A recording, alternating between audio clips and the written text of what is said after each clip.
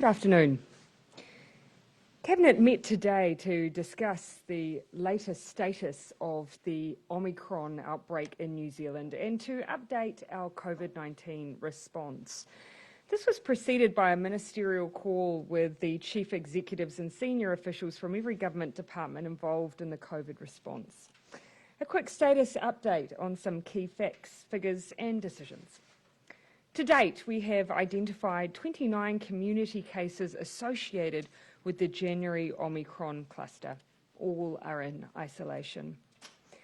Investigations into the source of the cluster are continuing, but we are yet to establish firm links to a known border case. And whole genome sequencing for Omicron may make it difficult for us, in fact, to ever establish the source of the outbreak. Nearly 60% of eligible New Zealanders have now had their booster, and 1 in 5 children under 12 have had their first dose from yesterday's data. Bookings in the system are high at 262,000, for which 186,000 are boosters at over 1,000 sites, with extra vaccination clinics such as Auckland's Westgate and Mount Wellington vaccination sites shifting to drive-through this week to increase capacity. You can, of course, as always, book now for your booster at bookmyvaccine.nz or find a walk-in or drive-through at healthpoint.co.nz. Now, we know from overseas experience that time is of the essence with Omicron. Boosters and basic infection control can slow it down in this stage. So if you're due your booster, if it's been 4 months or more since you got your second shot, please get in there as soon as possible. It will keep you safe from serious illness and it will preserve our hospitals. It's pleasing though to see that over 73% of eligible people over 65 have now been boosted. And every DHB is on track to complete their booster programs in aged residential care facilities within the next week. This is important because, as we saw with Delta around the world, high rates of vaccination among older population and those at greatest risk of serious illness play a major role in preventing widespread outbreaks. And so my message to over 65s is let's do that again. Let's reduce the threat of Omicron just as we did for Delta. Basic infection control also plays a really important part in minimising the threat: hand washing, distancing, masks. Which is why, as we previously signalled, today Cabinet has agreed to enhance the mask-wearing protocols in the red setting of the COVID-19 protection framework to further assist in the slowdown of Omicron. Today I can announce the following changes to mask-wearing at red. Masks must now be worn at food and drink businesses, close proximity businesses, events and gatherings. The existing exception of when you are eating and drinking and exercising still apply. We are, for instance, asking people at restaurants when they enter or when they get up to use the bathroom to use masks. These changes also won't apply to non-public facing workplaces, swimming pools and gatherings where you have the exclusive use of a premises. We really do encourage all workplaces, though, to think about mask use policies that protect your workforce, and I know many businesses are already doing so. We're also now requiring that a face covering be an actual mask. That means no more scarves, bandanas, or, as some of us may have seen from time to time, T-shirts pulled up over the face, for example. This is to ensure that it is a mask designed to cover your nose and mouth properly. All workers who are legally mandated to be vaccinated must now also wear a medical grade mask. For example, a type 2R or level 2 mask or above while working in public facing roles. So that includes, for instance, the widely available blue medical grade mask that many are already wearing. As you know, all primary and secondary school students year 4 and up are already required to wear a mask. For consistency, they will now also need to wear a mask on Ministry of Education funded school transport services and public transport. I know that some of these adjustments might cause challenges, but the science has been updated, and these adjustments will slow the spread of the virus, save lives, and give us time to get more of the eligible population boosted. These changes will not come into force until 9 days' time. That allows these changes to be gazetted, but it also allows workforces, in particular, time to prepare and ensure that they have access to what are widely available medical grade masks. The Ministry of Health will also be updating guidance on masks for the public. How to safely reuse masks, for instance, because it is possible to reuse many masks safely if done properly and ensure the best fit. My final word on masks. We've looked at a lot of overseas data on who is most successfully managing Omicron. Masks play a significant role when done right. Now, we've made a major shift in New Zealand by adopting their widespread use. Now we just need to tighten them up slightly so we get the best out of this really important measure. Tomorrow, Minister Vera will set out our response to Omicron across the 3 likely phases we will experience. As I previously set out, in phase 1, the early stages, which we are in now, we will continue with the same testing, tracing and isolation settings as we have used before. That's because this helps us to slow Omicron down. But as case load grows, these settings will change. Looking to outbreaks around the world, we've seen that where this is most important is critical workforces such as healthcare, supermarkets, supply chains and other industries and services critical to delivering the necessities of life. Today I can confirm how we intend to use rapid antigen testing to help critical workforces, businesses and supply chains stay open. And this is to allow a test to return to work approach. This approach will mean that critical workers who are identified as close contacts will be able to use proof of a negative rapid antigen test to return to the workplace during their required period of isolation. This will minimise disruption to critical infrastructure and supply chains, helping to keep New Zealand going. But we're also focused on making sure that we apply it to those who are deemed critical, so we reduce the risk of people being exposed to a contact who still may have COVID-19. For now, though, PCR tests are best. We need their accuracy to hone in on the spread while Omicron is in its infancy and can be slowed. And in preparation, we've significantly increased our PCR or nasal swab testing capacity. We can do 60,000 tests a day, with surge capacity to just nearly 78,000 tests a day, which can be sustained at a surge rate for approximately 7 days.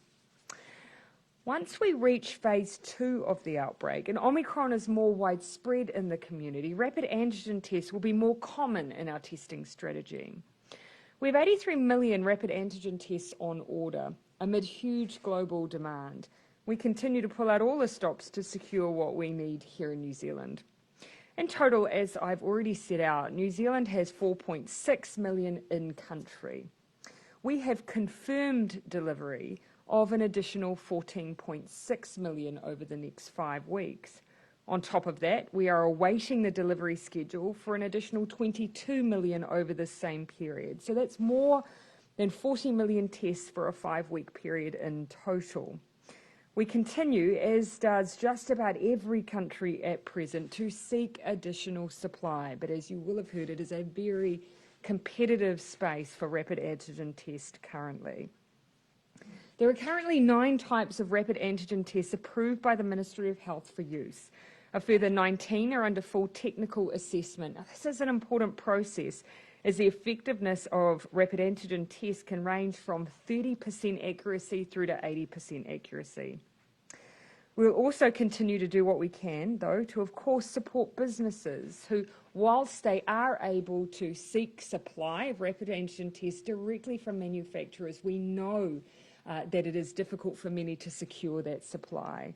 So whilst we, for critical workforces, will support them by providing rapid antigen tests, we continue to encourage those businesses to also do what they can to help manage the health of their workforces and draw up contingency planning for their workforces.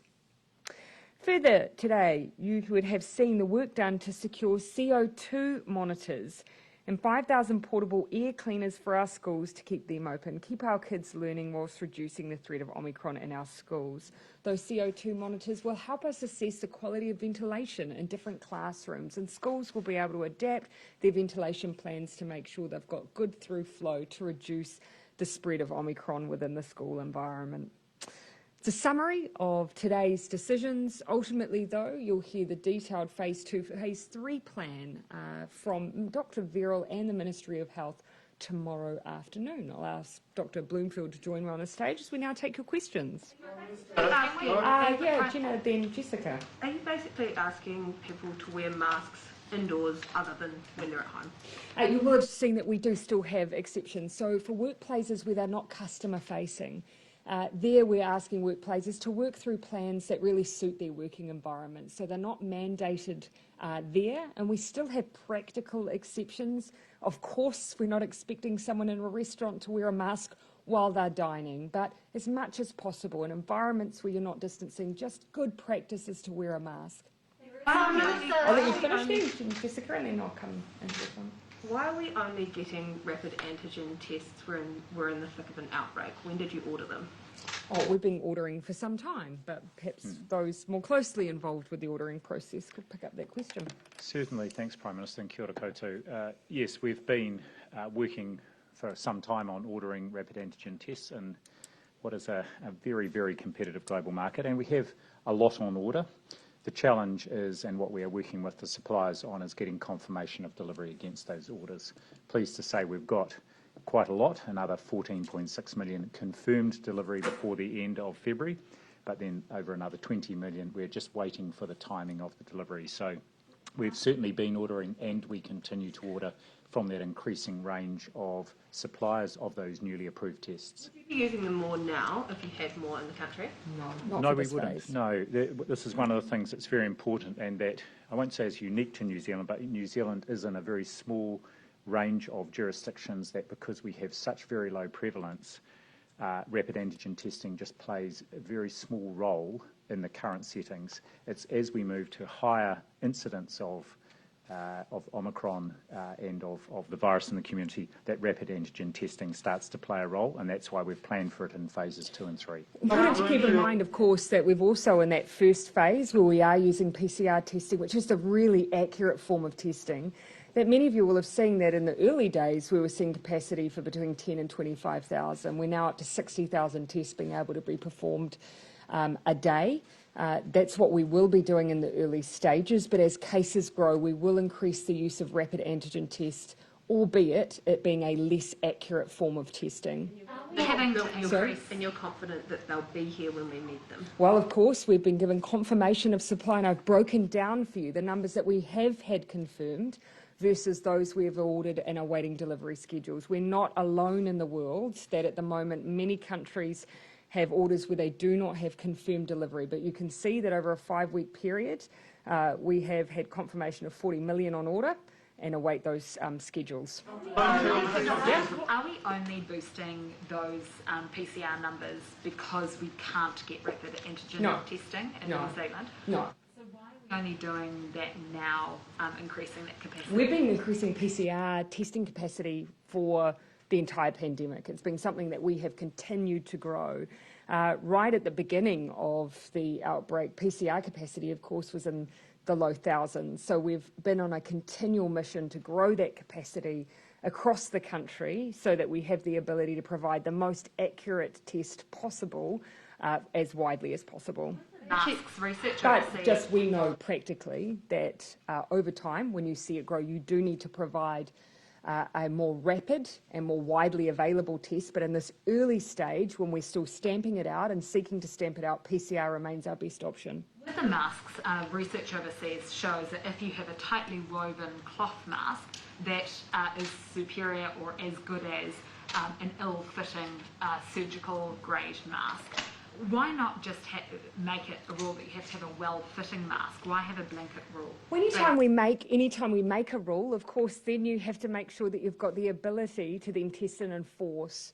And designing what a well-fitted mask would mean, of course, would create the difficulty of who is it that is going to assess that whether or not yours is well-fitted or not. The best thing we can do is say, look, a bandana's not good enough, a scarf won't provide you protection, and a T-shirt definitely won't. We are asking for something that connects over your face as a face mask does, rather than just simply a scarf wrapped around your face. And the Ministry of Health is providing good, solid guidance with more detail. But guidance versus rules then have to be enforced and measured, and that opens up a whole wide range of issues. Perhaps you might want to speak a bit more on some of the guidance the Ministry is providing. Just to add that our guidance for the public will be very much around that, ensuring that whatever mask you have, it's well-fitting, and that could be a good 3-layer reusable mask or a medical surgical mask, or a combination of both actually, to help with, which is really to help with a good fit. We're not going to be recommending the use of N95s for the general public in going about your daily business, partly because they are expensive and they are harder to get, but some people may choose to do so, in which case we will be providing good advice about how to get a good fit to make sure it is as safe as possible if you are using an N95. The 3-layer mask, so you can have a cloth mask if it's 3 layers, is that? That's our recommendation. So the Prime Minister's outlined for those people that will be required to use masks in certain settings under the red, in certain places under the red setting, that will be a medical grade or surgical grade mask that meets certain standards. The advice for the public will be around the use of a reusable mask that is a 3-layer, and most of those are material, but that is important. And in some, that layer is a filter that one can insert and replace. Again, this is guidance rather than a rule, but I think what people are looking for is guidance. That's what the Ministry of Health is providing. Where the rule kicks in is simply to say it has to be something that is actually made to be a face covering. 5,000 Māori got shots post November 1, but they're not eligible for their booster until March or later.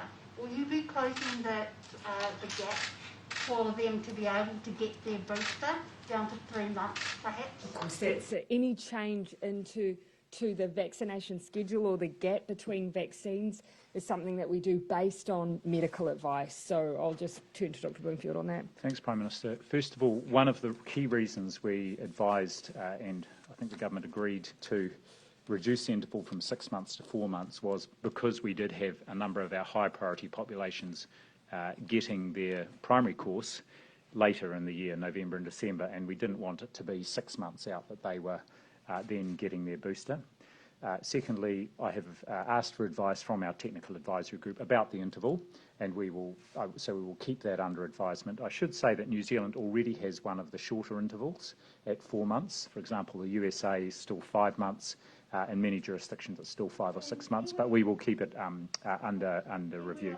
Asking for a vaccination task force for Tamariki, given that we're trailing behind. Will you consider that as well too? Well, actually, we've been working very closely with iwi, with the New Zealand Māori Council and our Māori providers since late last year, November, December, on the plan for rollout to Tamariki. And I'm very confident that there is a set of plans underway that are well underway that will lift our vaccination rates for all children, but with a specific focus on ensuring we do get our Tamariki Māori vaccinated. Phil, you said earlier that... and then I'll come to you, Jane. Yeah. Go ahead, Barry. You said earlier that, in fact, you'd been trying to get rapid antigen testing orders for some time. How long? Oh, we've had the orders in for some time. In fact, we've had... Some time. Oh, well, we have been ordering them for months, and that's why we have quite a number already on shore, and they have been used and are being used by some businesses. Actually, there are over 20 businesses that are using them as part of their ongoing surveillance. They have been in use in healthcare settings through our Delta outbreak for people arriving, for example, in emergency departments and some staff. And we certainly upped our orders in the last few months of the year last year. Again, the issue is not so much the orders, it's getting confirmation of delivery, and we're pulling out all the stops to make sure we can get confirmation of those many millions that we have on order. The When's the also ministry thing to going to- factor in is that they don't always have long shelf lives available with them as well. Is the ministry going to relax the isolation rules for Omicron, given that businesses are really going to suffer as a result of this? Do you mind if I pick that one up, Barry? If you're- Well, actually, I'm going to pick that one up, of course, because first of all, you will have already heard us talk about for those essential services where you will have seen it's really critical for them to be able to continue to operate, even when they have some of their workforce who may be identified as contacts. So there, they will be able to use a test to return to work regime. So that is something that we're likely to use across the course of the Omicron outbreak, but more detail on when we'll kick that in tomorrow. More generally, we'll be sharing tomorrow what phase 2 and phase 3 looks like for the definition of contacts and the treatment of contacts, quarantine and isolation periods. To clarify about testing out of isolation, like, will you be able to use a RAT for that, or would that only be PCR testing? That would be rapid antigen testing would be part of that. Yes. Be available to essential workers. How are you going to resist the pressure from all the other workers, or the other people who want to get out of isolation and use a RAT to do it? I think it's just one point to add here. Of course, we do want to still limit people's contact with individuals who may potentially have Omicron. And of course, we know that when you have a large number of people who have it, the number of contacts you have will increase exponentially, and that impacts on critical workforce. So that's the reason we're honing in on that group, to allow a way to test but still be in the workforce. It does, though, to come with some risk operating in that way. So that's why we have been quite targeted in who we're using that option for. Yes, just to reiterate, the mainstay of course, reducing onward spread is isolating people. It's what served us so well to date. The intention around the use of rapid antigen testing is for those critical workforces to avoid the issues that other countries have seen around supply chains and so on. And a prerequisite will be that people are not symptomatic. If they're symptomatic, they need to isolate, regardless of whether they're critical or other workforces. If they're asymptomatic, there will be an opportunity, and we will be providing and working with employers to ensure they have access to rapid antigen tests to support that return to work. Can you please give more Sorry, Jane, detail? forgive me, I can't recall if I can too. Can you please give more detail about what Omicron and the red level might mean for borders? For example, could there be a scenario where MIQ becomes redundant if there's so much in the community and they might be loosened, or the opposite? I think the first point I'd make is borders have served us really well. It has enabled us to slow down the entry of Omicron into our community versus what the rest of the world has seen. And that's allowed us to see now the rates of boosters already available as a result. When it comes to the border changes in the future, of course, we had anticipated and still anticipate changing our border requirements to allow self-isolation for returnees. But you will have already heard, we set out that plan at the end of last year. No changes have been made to that. So that, as was set out then, is a staged approach to allowing individuals to isolate at home once they've entered into the country.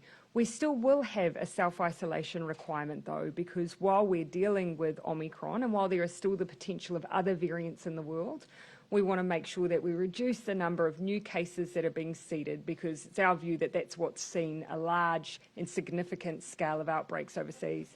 Brought forward, for example, if the predictions of within a few weeks potentially it's spreading throughout the country, does MIQ actually still Of course, serve its purpose? the first phases were already scheduled for late February.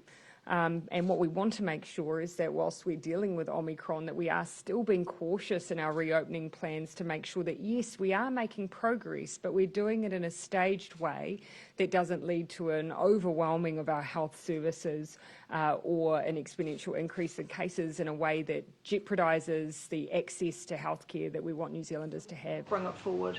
Oh, So are you sticking to the plan as laid out at the Cabinet moment has made in no terms of that decisions. phase? Cabinet's But going is to it make... something you'd consider if there was so many cases in the community that actually, as I said, the MIQ at the border doesn't serve the purpose? As I've said, from what we've seen overseas, there's good reason to be very careful with Omicron and the rapid rate at which it moves. And our goal is to make sure that we are slowing it down so that, yes, we will see an increase in cases, but we want our health system to be supported to manage those. That means being careful about our reopening, which, as I've said, we made decisions at the end of last year around how that would work. Follow on from that. Yes, sorry. No, I'll let you follow up. I'm sorry, just to follow on sorry, from that Jo. question. Yep. You have indicated the end of Feb. Are you able to give certainty to people overseas? Because obviously before Christmas you'd set out those 3 very specific dates about that phased reopening. When is Cabinet going to decide, and when can people expect you to set out those dates again of a phased reopening? Well, Cabinet has not changed any of the dates that we've already decided on. What people are... Sorry? So what is the end of So Feb you'll date? recall that we remembered that we moved the reopening for New Zealanders in Australia, then the staging after that was for the rest of the world, and then it was for other visa holders, and no change have been made to those dates that were set out at the end of last year. Ask as well on boosters. Is there plans to, I know on Sunday you talked about people being away on holiday and coming back and hoping that plus the fear of Omicron would drive people to go and get boosters. The motivation of Omicron. Yeah, are you, fear, motivation. Are you planning any sort of specific campaigns, incentives, facts-a-thon booster style type things to get people actually moving? Because from my experience, it's quite alarming how many people don't actually realise that the booster shot is what will protect you from Omicron. Well, you can certainly help us with that. And I don't underestimate our ability collectively, if we work together, to keep sharing how important it is. You've seen today already the impact of Omicron arriving on booster numbers. We've seen a big jump today. It's one of the biggest days we've had for some time. But as we have all the way through, we are thinking about everything that we could do to make a difference. And so actually we have thought about days of action. It has worked well for us in the past, and that is something the Ministry is considering. Information about Bloomfield on what it is that you plan to do and when? What I suggest is we can do that by way of follow-up. There's quite a program of work, and in fact, I'm missing the meeting at the moment. That's the weekly meeting that goes through that. We're not necessarily planning a big national vax-a-thon, but there will be some activities. But as the Prime Minister said, yesterday 57,000 doses, booster doses in one day, and the bookings are strong at around 55,000 a day. That's just booked, and we're expecting walk-ins on top of that. So I think the message is getting out. And yes, we'd very much appreciate your support in helping us let people know the importance of boosters for protection against Omicron. And Jo, you're right. I think everyone understood 2 doses for Delta, 3 for Omicron. We know that booster dose is making a difference, both early on in the transmission of Omicron, but just in keeping people out of hospital. So it is so important. I'm just back to what you were saying about the booster timetable. You said that you were talking to your advisor group from lowering that from 2 to 3. Would that be 4 to 3? Sorry, 4 to 3. Yeah. Would that be across the general population? That would be if that's the advice. And I think we have to take into account a range of things. We've actually already got the interval of 4 months was one of the shortest in the world, even before we had Omicron. So we were already acting, and that's serving us well. So we would take their advice about whether there's any additional value in going down to 3. And of course, then we need to look at supply and capacity in the system as well. Just on that move, can you provide us with a bit of a time frame as to when you ask them and when you can expect their advice on that? Because time is quite of the essence given the time frames around this. Keep in mind, of course, that our technical advisors are able at any time to make any recommendation. They don't have to be triggered by us asking the question. But I think probably the thing that they'll be looking at as well is what is happening overseas. Japan's at 6 months, Singapore's at 5 months, the US is at 5 months, Belgium's at 4 months, Canada's between 3 and 6, and Australia's between 3 and 4. So there's wide variation, even when you take into account countries that already have Omicron. Yes, so it will be an ongoing discussion. They meet weekly, chaired by our Chief Science Advisor. There are 2 other areas I've asked them to look at too. One is the issue of booster shots for 12 to 17-year-olds. Back to my comments on Sunday, actually Pfizer hasn't, to our best of our knowledge, applied to any country for approval for that group. In the US, they have decided by looking at the evidence to give an emergency use approval for doing boosters in that age group, and 1 or 2 other jurisdictions have.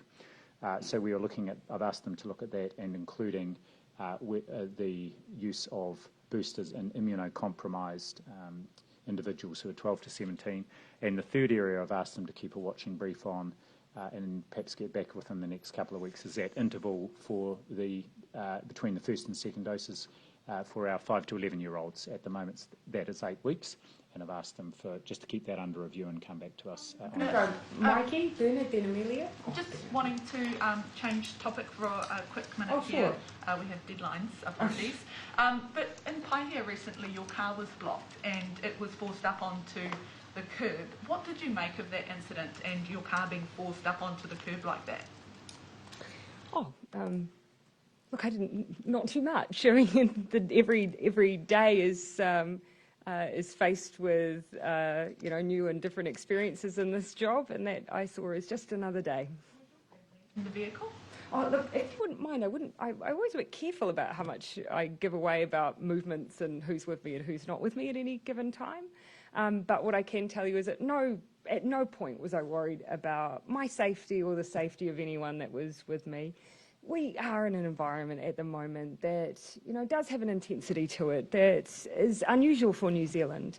But I do also believe that with time it will pass. Target though of that intensity. Why do you think that is? Oh, look, actually I do know others who are experiencing that intensity, yourselves being amongst them. And I see that as just being a reflection of the fact that we are the decision makers.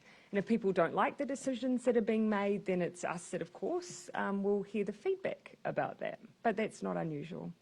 Prime Minister... Yeah, Bernard. And then Amelia, and then I'll come into the front. Prime Minister, when can general members of the public expect to be able to go to a pharmacy or a supermarket, buy some rapid antigen tests, take them home and use them at home, like they do overseas? Yeah. So actually, I'll just narrow that down a little bit because you'll have heard from the principles of testing supply for New Zealand is that we want to make sure that they are free. We don't want the fact that you have to pay to be a barrier to people accessing the testing that they need. So free is one of our principles. Accessible, so using local providers is one of our principles. So in some cases that may be community health providers, GPs, and also we're looking at the ongoing role of pharmacies in the delivery of those tests as well. And then there's the groups who access them. So essential workers, as you've already heard me set out today, symptomatic individuals, close contacts, and of course vulnerable populations generally. That you will pick up, though, by what I'm not listing in there is we want to be careful that individuals who are just wanting to check for no reason, they're not symptomatic, they're not a contact, they have no reason to think they've got COVID, that's not necessarily a good use of testing resource. And also, because rapid antigen tests can produce false positives and false negatives, we do want to make sure that we use them in the right environments. So you're saying that you're not expecting households ever to be able to use them themselves at home? No, well, no. Look, it may well be that people are able to use them at home, but we want to make sure that when people are using them, it's because there's good cause to use them. They're a contact, someone in their household has COVID, they're symptomatic, where they're part of a surveillance regime because of their essential work, for instance. But just people testing in a widespread way for no reason actually is not something that I think you would want to encourage, given false positives and false negatives. We don't want someone staying at home when they don't need to. What people overseas are doing, particularly when the Omicron outbreaks are very high. I think you'll find that in some places that has changed a little bit. Not everywhere. I think where you previously were accessing in that way are still accessing in that way. And in some countries where you've been able to access like that, you've then seen that they've had a trouble with supply for their symptomatic population. So look, more detail on all of those elements you'll hear us talk about tomorrow, but those principles are something that's guiding our decision making. Essentially, the summary, people who need a test will be able to access a test. Finally, on the critical workers you mentioned who will be able to go back to work with a negative RAT. What proportion of the workforce, how many do you expect to be in that special category? Yeah, and so that's a process that MB, Ministry of Transport for Transport and Freight Links, Ministry of Primary Industries for Food Production and Processing are going through and identifying and working alongside those essential industries. So those are all the areas and departments that are working through those lists. Whilst we'll collectively work through who we believe should be eligible, there will also be a process available for those who believe that they may have been missed. Immunologist, In terms, I'll have to check whether the final numbers, but it will be iterative, Bernard, because of course we can go through an exercise and identify based on the experience we've had at every stage, and our alert levels helped us identify critical workforce, but it will be a bit iterative. The starting number we have is likely to grow. Amelia. Thank you. And then I said the front. Immunologist Tony Blakely is suggesting over 60s should voluntarily hunker down over the coming month to 6 weeks to avoid becoming Omicron wave. What is your response to that? Look, I'm not a clinical specialist, so anything that comes down to clinical advice on how the vulnerable should behave, I throw to Dr. Bloomfield on. Thank you, Prime Minister. Just to correct, my good colleague Tony Blakely is an epidemiologist. I'm sure he would love to be an immunologist, but he's an epidemiologist. Look, I would take that as his view he's expressed from Melbourne, and my understanding is I think he's given that advice to his parents. Of course, what that does fit with is our advice, and we gave it early on in the pandemic as well, is that people who are at higher risk, which includes older people, should minimise their contact and the risk that they will come in contact with the virus. And when there's a lot circulating in the community, it may well be sensible for them to do so by remaining at home. But I wouldn't describe that as hunkering down for the next 4 to 6 weeks. I also note that Professor Blakely also acknowledged that, in his view, the New Zealand quote plan looks really quite good, to be honest. By increasing those public health and social measures, decreasing density, it will slow it down. And of course, he comes from the experience of observing in another country different measures, and that is our intent, is to provide protection as much as we're able to all population groups by slowing it down and by providing boosters. And just on the test to work regime, with Yeah. one rule for the general population and another for those critical workers who may have to go back to work when there has been an exposure event, are you just throwing those critical workers under the bus by sending them back to a place that is potentially they could get Omicron? No. And of course, as has been said all the way through by the likes of Dr. Verrill, a rapid antigen test is a test. It's not a preventative measure. We're still asking and providing advice to workplaces on how to best protect their workforce. You know, a rapid antigen test doesn't stop you from getting Omicron, but mask use, and we've put out more guidance and requirements today to protect workers. Social distancing, and we have requirements there to protect workers. Boosters, and of course workers can be able to take leave to get a booster paid. These are all measures to help look after our collective New Zealand workforce. Government asking more of the critical workforce than the general population? Well, actually, our health workforce have been giving all the way through this pandemic. And yes, we should acknowledge that. And there are other critical workers who are doing the same. But our job is to make sure that we provide them as much protection as possible, and we are doing that. Would medical workers be Yeah, covered by if you don't mind, I did promise the front row, so yeah, Michael. Dr. Bloomfield, the increase in testing capacity, is that based on pool testing? And if so, Yes. what's the ratio? And are you expecting that to be affected as the number of positive cases goes? Yes, so pooled for 60,000, then for single it's 30,000, Doctor? It's about 38,000. 38,000. So yes, as we get to higher positivity rate, that you can't really pool test because you've got more than one sample often in that pool that is positive. So, but we still have a standing capacity of around 38,000 tests a day unpooled, which is good. And keeping in mind that, as you will see from the phases, when we get to a positivity rate, 5%, Dr. Bloomfield, we would stop using pooled. We would also likely to be considering then the integration of rapid antigen tests, so that would supplement and increase our testing capacity when you reach that point. Yeah. Yes. Just on antivirals, will you be doing anything to get them into the country sooner?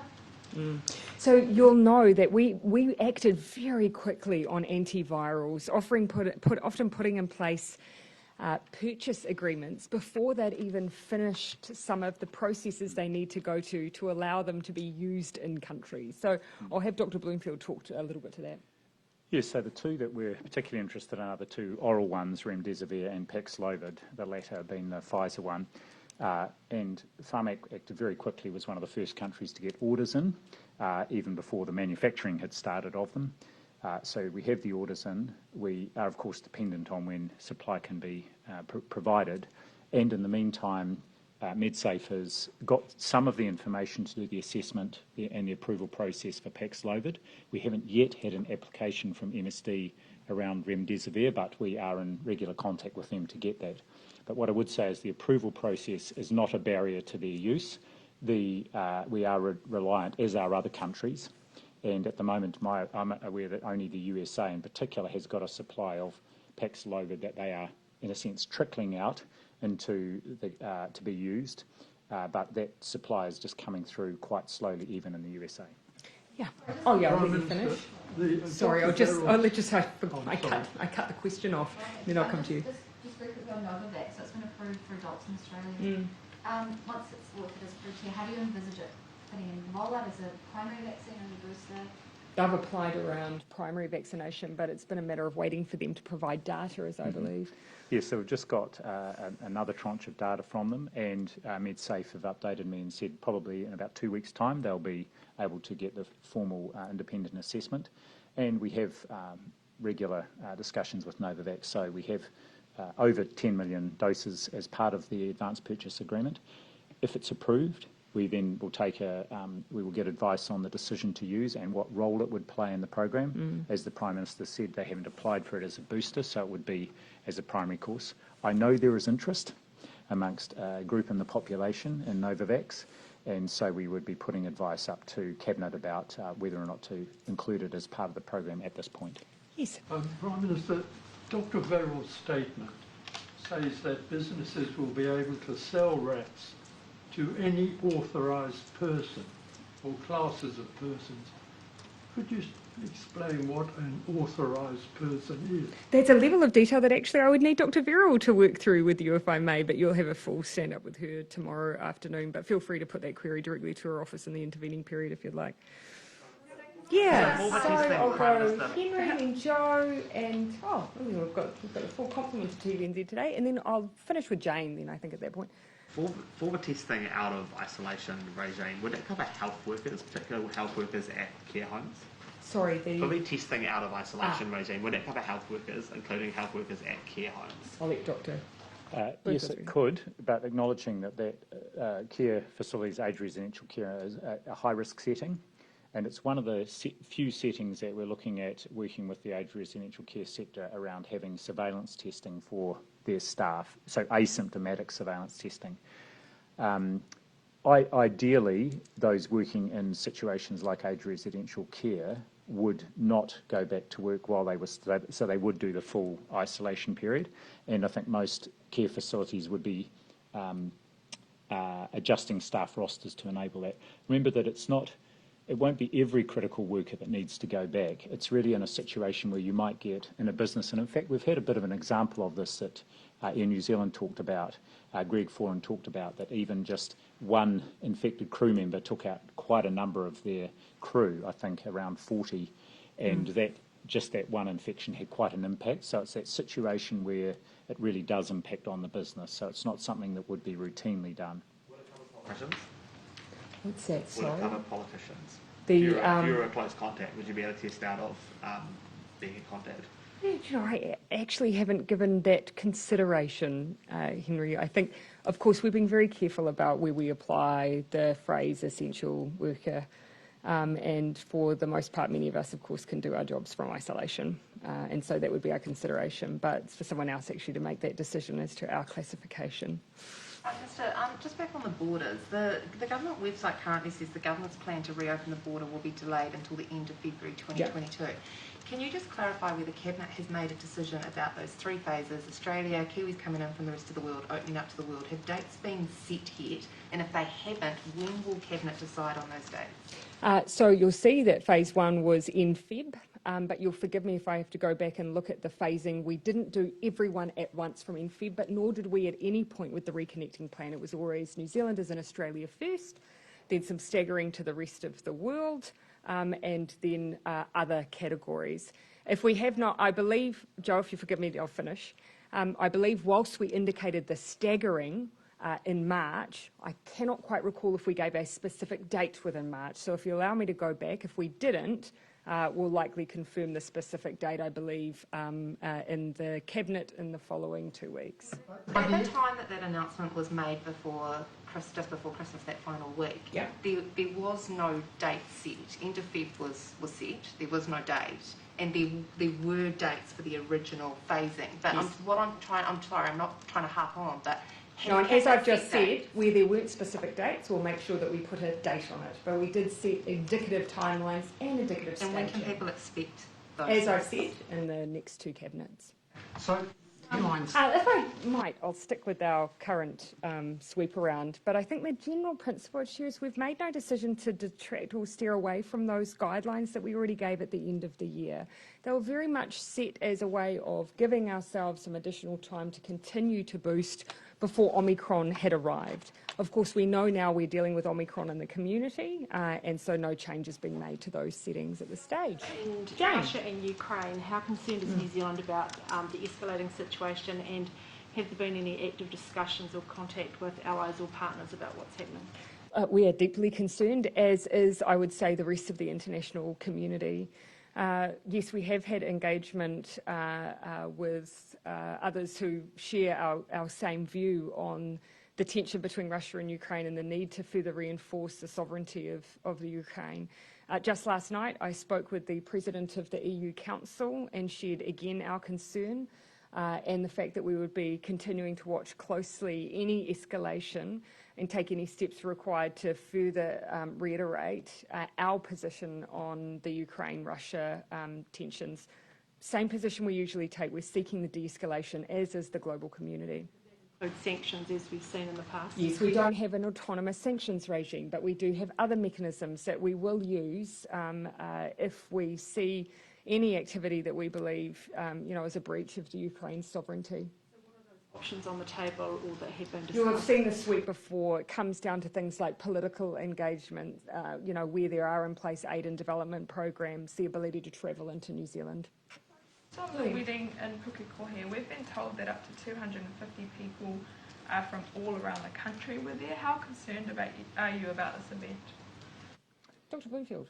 Yes, I mean, it is a concern. That's why it's been followed up as an exposure event, and why we have, if it's the one I think you're talking about, why we have identified it as a location of interest, because there will be people around the country. So we don't have a sense yet of what the degree of risk is, but we're taking a pretty cautious approach there, identifying it as a location of interest, asking people to isolate and be tested immediately. Again, we just keep asking anyone, regardless of whether you were linked to any of these events, if you're symptomatic, if you're unwell, if you have a sore throat, please go and get tested. We've got plenty of testing capacity. It's there and available for people. Yes, just briefly on the borders, the airlines haven't booked or haven't arranged flights for March and April. Is it really realistic for people to expect there could be home isolation flights in March and April if, 6 weeks, 2 months in from now, that's the peak of the Omicron outbreak? Could we really open up when we're right at the peak of the outbreak? Of course, keeping in mind that it is a staged and careful reopening that still requires home isolation.